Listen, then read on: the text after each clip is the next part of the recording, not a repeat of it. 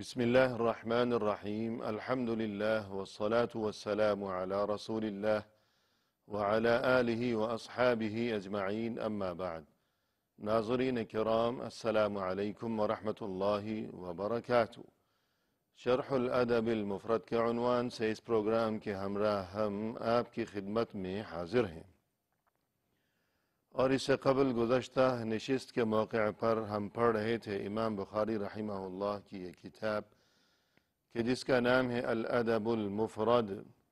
اس کتاب میں باب نمبر 123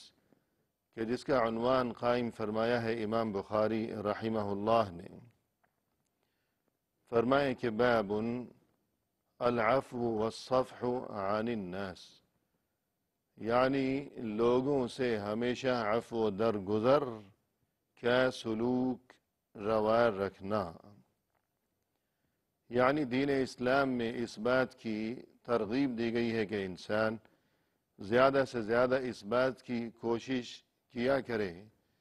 کہ جس کسی سے اسے کوئی تکلیف پہنچی ہو اگر، تو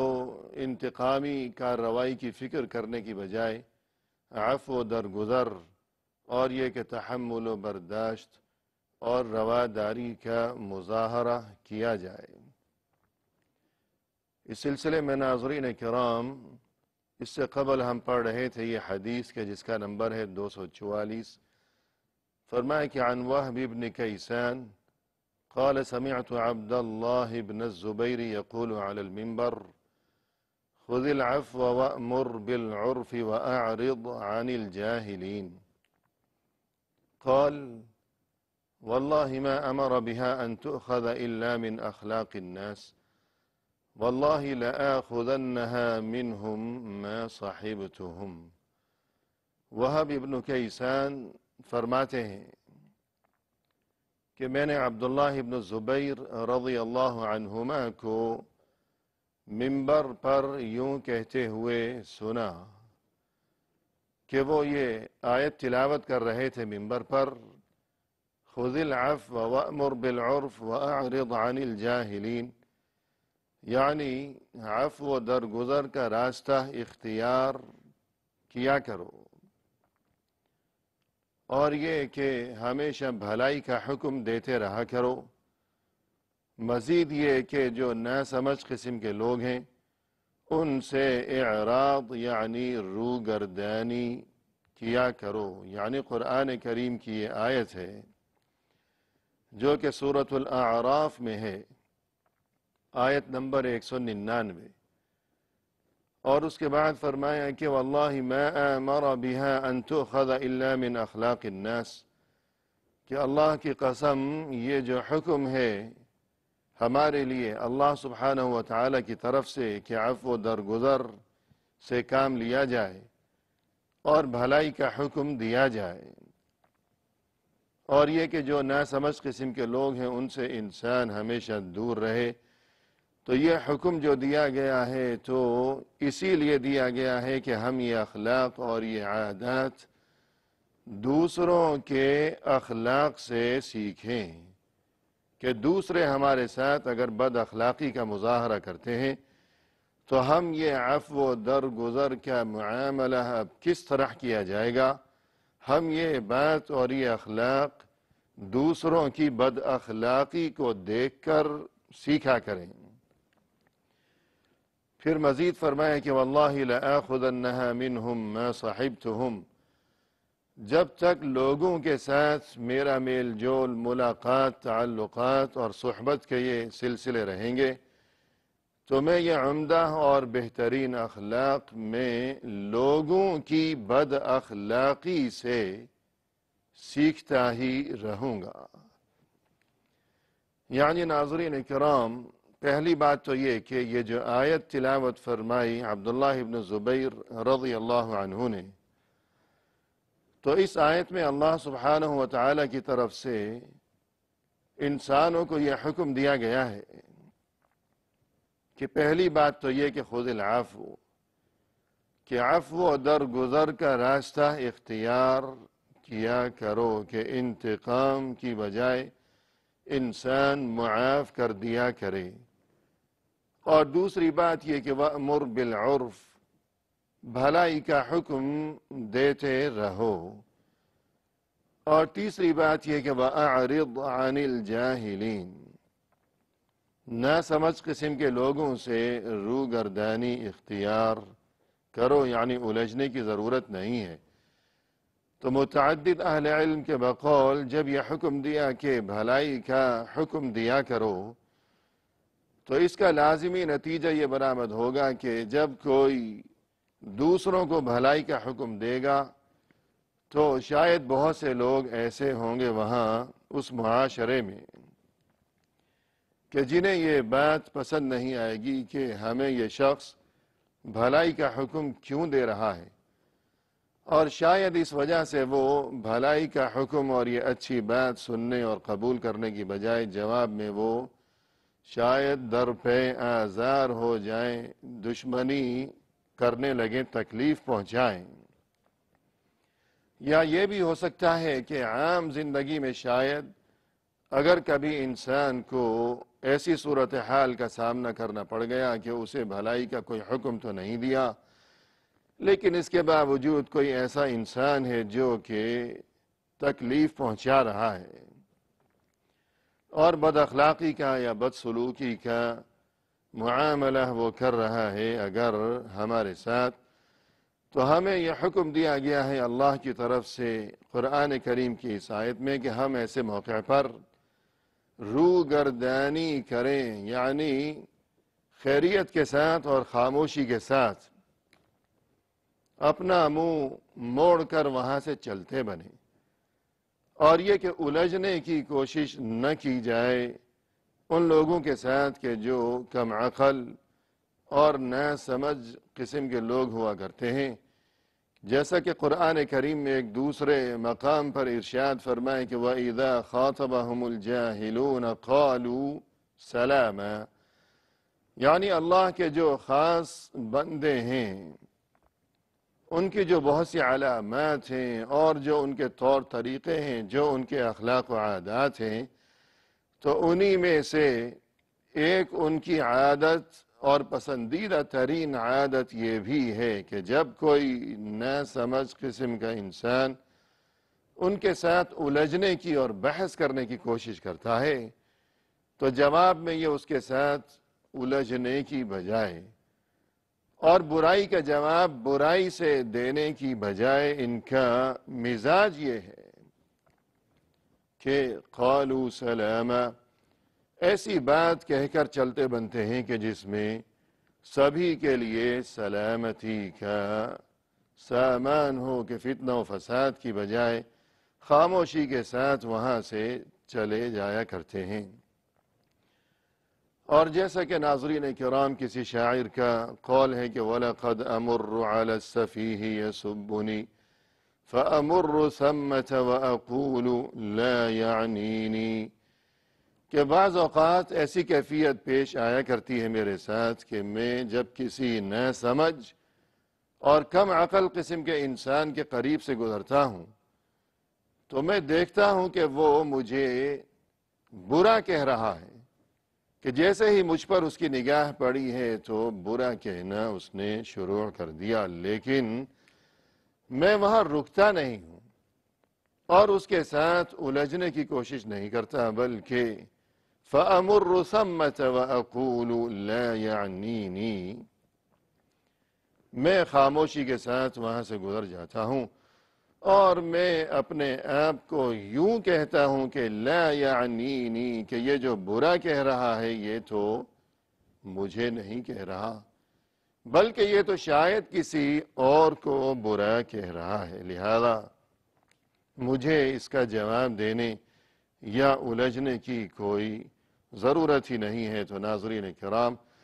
یہ تو معنی اور مفہوم ہو گئے اس آیت کے جو کہ عبداللہ ابن زبیر رضی اللہ عنہ نے وہاں اس روز منبر پر تلاوت فرمائی،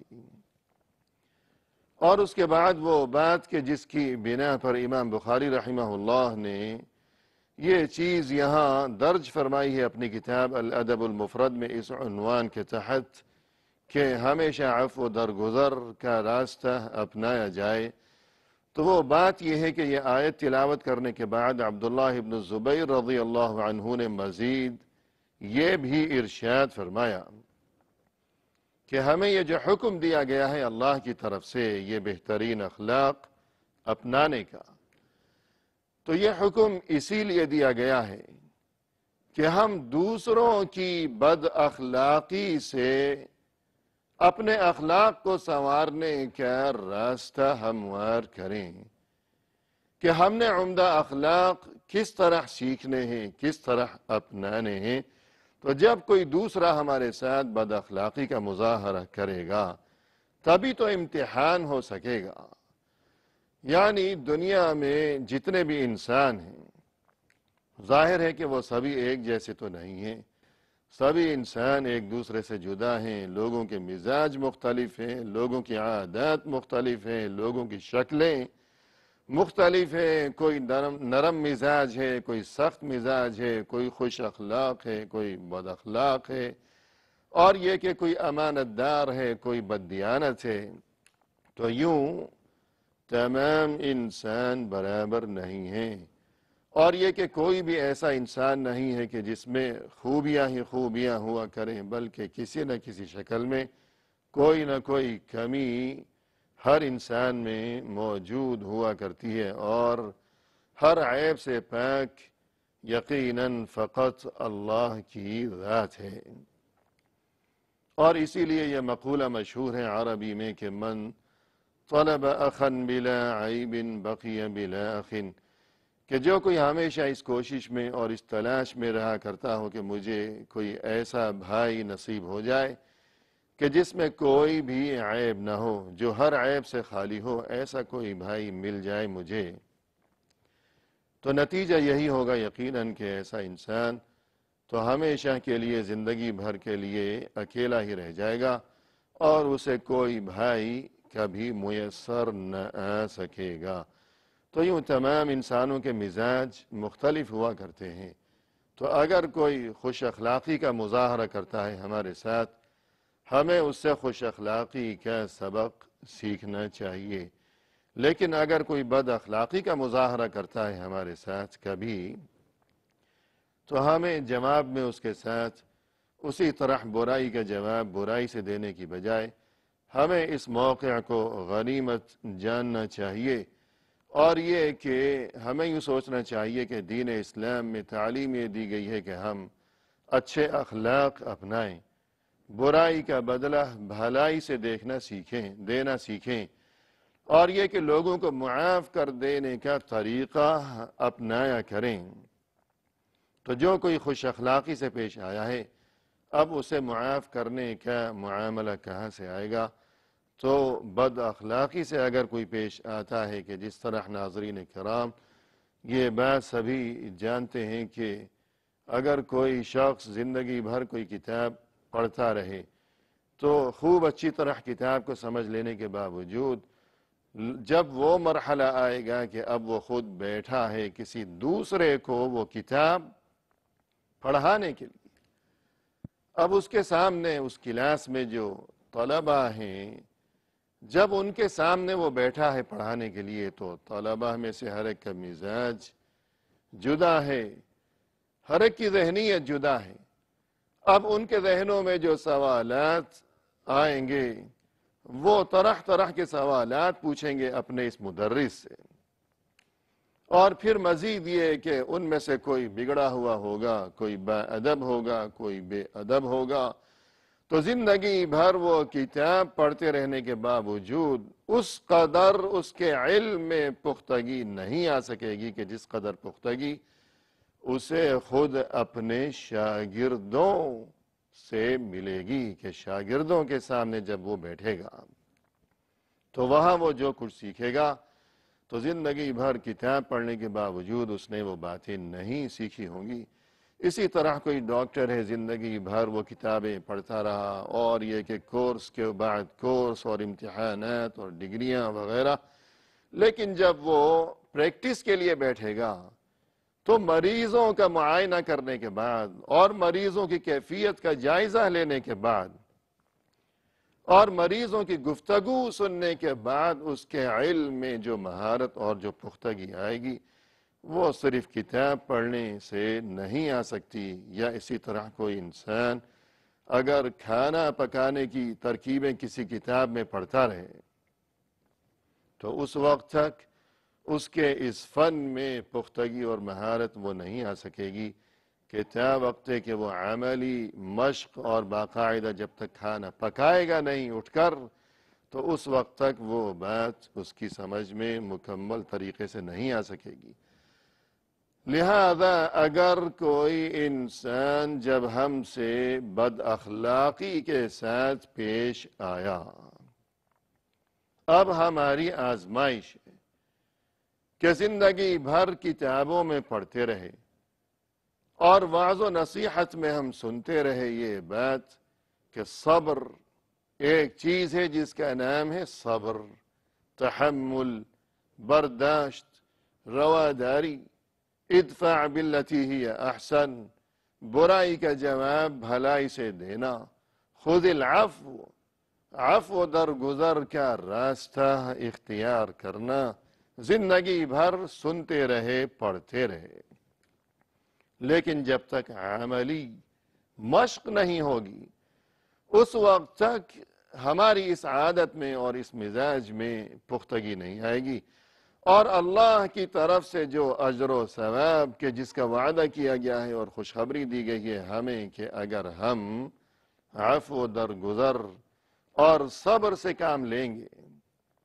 تو اللہ کے ہاں ہمارے لیے کس قدر بلند ترین مقام و مرتبہ ہے اور کس قدر عظیم ترین اجر و ثواب کا وعدہ کیا گیا ہے۔ تو اگر کوئی برائی کا معاملہ کرے ہمارے ساتھ تو ہمارے لیے یہ موقع ہے کہ ہم سیکھیں، یہ سیکھنے کا موقع ہے، جیسا کہ عبداللہ ابن زبیر رضی اللہ عنہ نے فرمایا کہ یہ سیکھنے کا موقع ہے کہ ہم سیکھیں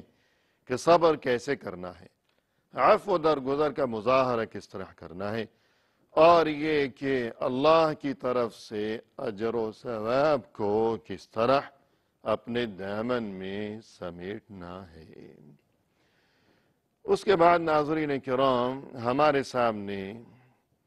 یہ حدیث ہے کہ جس کا نمبر ہے 245، فرمائے کہ عن ابن عباس رضی اللہ عنہما قال قال رسول اللہ صلی اللہ علیہ وسلم علموا ويسروا ولا تعسروا وَإِذَا غَضِبَ أَحَدُكُمْ فَلْيَسْكُتْ۔ یہ حدیث بھی اس کا تعلق بھی اسی باب سے ہے، یعنی عفو درگزر کا راستہ اختیار کرنا ہمیشہ، اور یہ کہ برائی کا جواب بھلائی سے دیا کرے انسان ہمیشہ۔ لیکن اس حدیث کی مزید جو تشریح ہے اور جو تفصیلات ہیں اور اس میں ہمارے لیے جو تعلیمات پوشیدہ ہیں اس بارے میں مفصل گفتگو لیے ہوئے ناظرین کرام انشاءاللہ آئندہ ملاقات کے موقع پر حاضر خدمت ہوں گے۔ اس وقت تک کے لیے فی امان اللہ، وآخر دعوانا ان الحمد للہ رب العالمین۔